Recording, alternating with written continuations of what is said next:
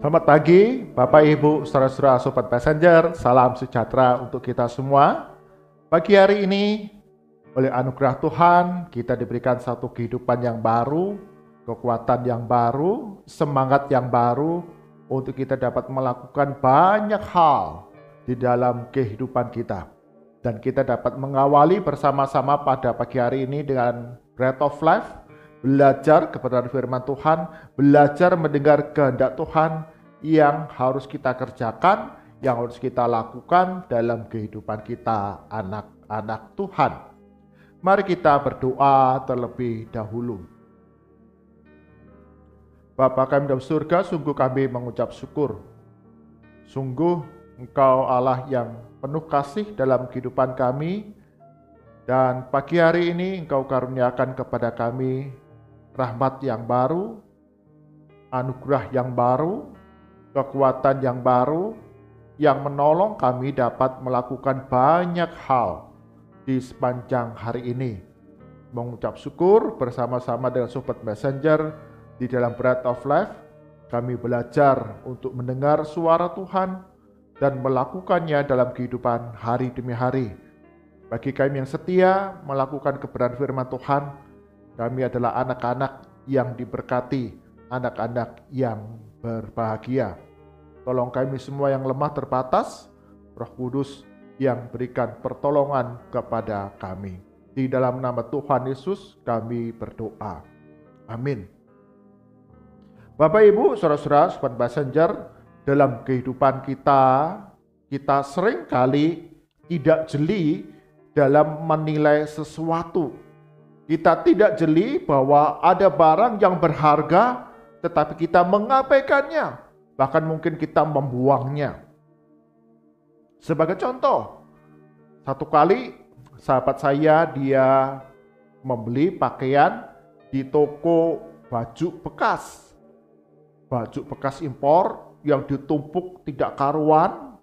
Kemudian teman saya mengambil sebuah celana jeans seharga waktu itu 20.000, dan setelah membayar dan kemudian membawa pulang, dia akan mencucinya.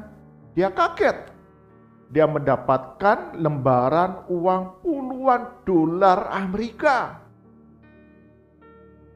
Jadi celana itu dibuang saja, tetapi tidak memperhatikan di dalamnya ada sejumlah uang yang nilainya cukup besar.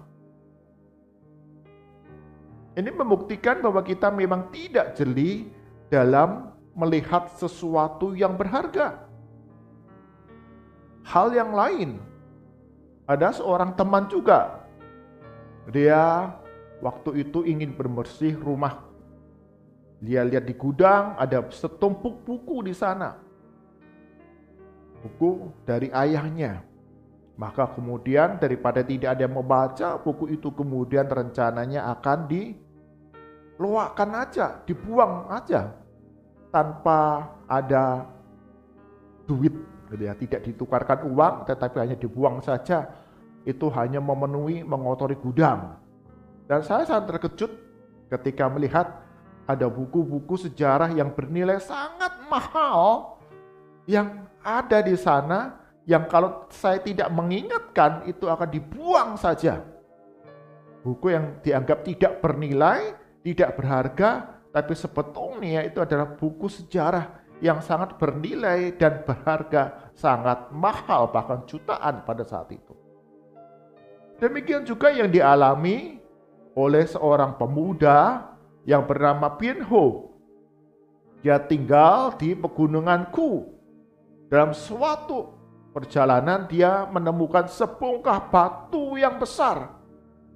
Dan dia meyakini, dia tahu bahwa sebongkah batu besar ini di dalamnya terdapat permata atau batu giok untuk tradisi Cina kuno. Maka kemudian Bien Ho mengambil sebongkah batu besar itu dan dia berencana untuk memberikannya kepada Raja Li. Maka sang pemuda Bien Ho ini sambil membawa sebongkah batu besar yang dia temukan dan dia yakini adalah batu permata di dalamnya, dia kemudian mempersembahkan itu kepada Raja Li. Ketika raja mengamat-ngamati, itu hanya sebuah batu besar, batu sungai mungkin. Dia berpikir seperti itu, tidak ada nilainya. Tetapi Pian Ho mengatakan, betul, batu ini di dalamnya ada permata. Maka kemudian Raja Li memanggil seorang ahli permata untuk memeriksa batu itu. Diamat-amati, diperhatikan. Kemudian ahli permata itu mengatakan, ini batu biasa. Ini batu biasa. Pian Ho terkejut. Seorang ahli permata tetapi tidak dapat menilai, melihat bahwa ini sungguh batu yang berharga. Raja Li menjadi marah. Dia menganggap Pian Ho ini adalah seorang penipu. Sehingga kemudian Raja Li menjatuhkan hukuman untuk memotong kaki kiri dari Pian Ho karena sudah menipu raja. Dan kemudian dimasukkan ke dalam penjara. Meski demikian, Pian Ho kemudian tetap meminta sebongkah batu itu yang dianggap tidak berharga untuk dia bawa. Selama beberapa tahun di penjara, kemudian Raja Li meninggal dan digantikan oleh Raja Wu. Pian Ho merasa ini ada satu kesempatan bagi saya untuk mempersembahkan batu yang berharga ini kepada Raja Wu. Maka kemudian dia meminta kepada kepala penjara untuk membawanya kepada hadapan Raja Wu. Dan sungguh, Pian Ho kemudian menyerahkan sebongkah batu besar yang dia yakini permata di dalamnya dipersembahkan untuk Raja Wu. Raja Wu kembali mengamat-ngamati. Ini memang batu sungai, batu kali biasa. Dipanggillah ahli permata yang lain dan diamat-amati. Dan akhirnya ahli permata itu mengatakan, ini batu biasa. Pian Ho kembali terkejut. Seorang ahli permata yang lain juga mengatakan, ini adalah batu biasa. Dan Raja Wu menjadi marah karena Pian Ho ini seorang penipu. Sudah menipu dirinya dengan memberikan sebuah batu kali batu sungai, tetapi dikatakan sebuah permata yang berharga. Melihat Pian Ho, maka kemudian Raja Wu memberikan hukuman untuk memotong kaki kanan dari pemuda itu. Dan kemudian dimintanya kepala pasukan mengembalikan Pian Ho ke desanya di Pegunungan Gu.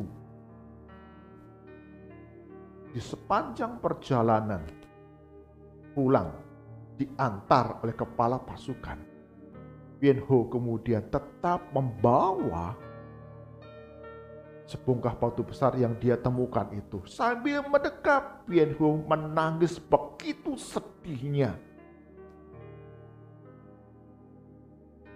Kepala pasukan yang dia melihat sepanjang perjalanan pulang selama 3 hari 3 malam, Pian Ho ini kemudian menangis sedemikian sedihnya sambil mendekat batu kali, batu sungai yang dibawanya. Maka kemudian kepala penjara, kepala pasukan itu bertanya,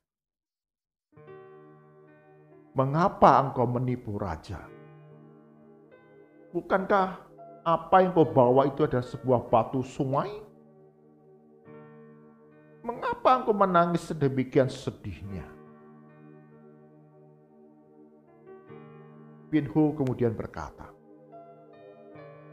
aku menangis sedemikian sedihnya karena batu ini sungguh batu permata yang sangat berharga, yang aku ingin persembahkan kepada raja. Tapi tak seorang pun mengerti, mengetahui, sungguh ini batu yang berharga. Aku sedih dan aku menangis. Aku adalah orang yang jujur, bukan seorang penipu. Aku menangis, aku bersedih, karena aku menerima hukuman atas apa yang tidak aku lakukan. Aku dihukum, tapi sebenarnya aku tidak melakukan kesalahan. Sambil tetap perjalanan itu dia menangis sedemikian sedihnya. Sampai tetesan darah itu keluar dari air matanya. Sedemikian hebat kesedihan, penderitaan yang dialami oleh Bien Ho. Setelah sampai di rumah Bien Ho, kepala pasukan kembali ke istana dan menceritakan apa yang dikatakan oleh Bien Ho. Raja Wu berpikir sejenak. Kemudian, apa yang dikatakan Bien Ho? Tanya Raja Wu. Kepala pasukan mengeluarkan kembali sebongkah batu kali, batu sungai milik Bien Ho itu ke hadapan raja. Bien Ho mengatakan, ini untuk baginda raja. Periksalah dengan teliti, dengan saksama. Inilah batu yang berharga yang ingin aku berikan kepada raja. Raja Wu memperhatikan dan tetap menganggap inilah sebuah batu sungai. Maka dipanggillah kembali ahli permata. Beberapa ahli permata datang dan diminta raja untuk mengasah, memoles batu sungai ini dengan lebih teliti dan seksama. Dan sungguh raja terkejut dan ahli permata lain terkejut betul. Ternyata batu sungai ini di dalamnya ada permata yang sangat berharga. Sangat mahal, bahkan terbesar, termahal dari apa yang pernah mereka lihat. Mereka kemudian menamakan batu permata yang sangat berharga itu Bien Ho yang menemukan batu tersebut. Bapak Ibu, saudara-saudara, sobat messenger, dalam kehidupan kita seringkali melakukan hal yang sama. Kita memandang sesuatu yang nampaknya sederhana, yang nampaknya biasa-biasa saja, bukan sesuatu yang berharga. Bahkan kita cenderung meremehkan, merendahkan. Contohnya, ketika kita melihat seseorang dengan pakaian yang sederhana, mungkin sandal jepit, t-shirt, celana pendek mungkin, kemudian kita menilainya atau memandangnya dengan rendah, dengan hina. Tetapi kalau kita melihat seseorang itu pakai setelan jas, wah, pakai sepatu yang mengkilat, kita kemudian menghormati, menyambutnya dengan sepenuh hati. Tapi kalau yang datang hanya sandal jepit, t-shirt, baju yang acak-acakan, tidak rapi, celana pendek, kita mah mengabaikan, tidak menghiraukannya.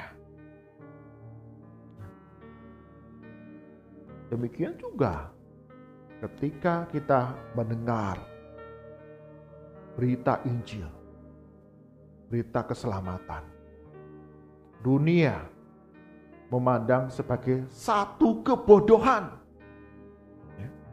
Bagaimana Allah itu menjadi manusia? Bagaimana Allah itu kemudian menjadi manusia yang disalib di atas kayu salib untuk menebus dosa manusia? Itu suatu hal yang bodoh, sesuatu hal yang tidak mungkin. Itu satu yang hina, yang tidak mungkin terjadi kepada Allah. Maka di dalam 1 Korintus pasal 1 ayat yang ke-23 dikatakan demikian.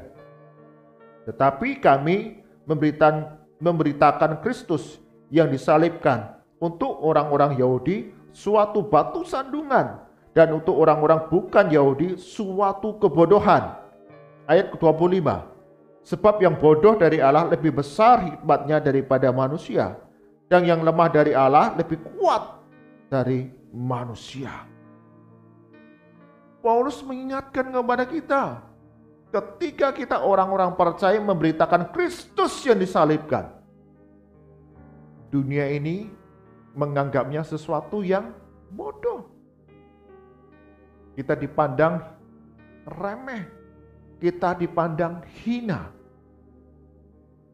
atas pemberitaan Injil keselamatan yang kita beritakan kepada banyak orang. Tapi Paulus pun mengingatkan kepada kita bahwa yang bodoh, yang lemah dari Allah itu lebih kuat daripada manusia. Dunia saat ini hidup di dalam berbagai rupa godaan, kenikmatan, tawaran yang memuaskan hasrat manusia. Dan ketika berita Injil itu diberitakan, Injil keselamatan itu diberitakan, bagi sebagian orang adalah suatu kebodohan. Tetapi bagi kita, orang-orang yang diselamatkan melalui iman kepada Yesus Kristus, Injil adalah kekuatan kita untuk menjalani kehidupan ini dan mencapai kerajaan surga. Yesus berkata, apa gunanya seorang memperoleh dunia dan isinya itu, tetapi kehilangan nyawanya? Apa gunanya seseorang memiliki seluruh isi dunia ini, tetapi kehilangan nyawanya dan hidup dalam kebinasaan? Tidak ada artinya. Yesus ingin mengingatkan kepada kita dalam masa-masa prapaskah ini, sesuatu yang berharga dalam hidupmu adalah rohmu, jiwamu. Dan Allah itu mengutus anaknya Yesus Kristus datang ke dalam dunia untuk menyelamatkan jiwamu. Dan engkau adalah pribadi yang berharga di mata Allah. Bukanlah manusia yang hina, tetapi manusia yang berharga di mata Allah.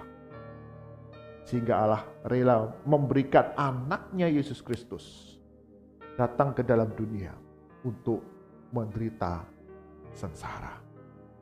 Mari lihat dalam diri kita.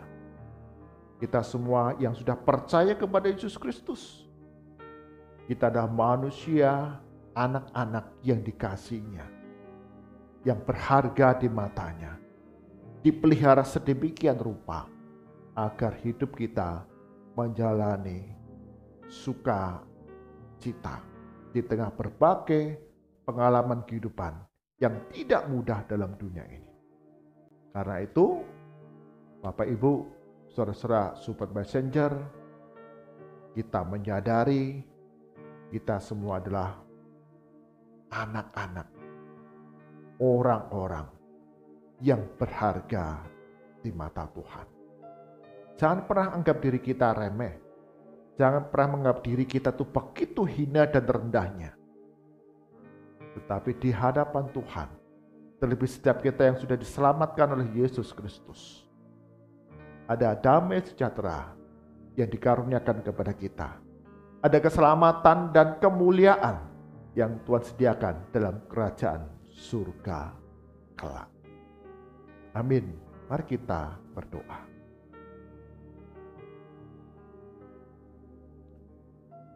Tuhan Yesus, dalam hidup kami banyak hal kami memandang hina, rendah, bahkan kepada diri kami sendiri pun acap kali kami memandang diri kami begitu hina dan rendah.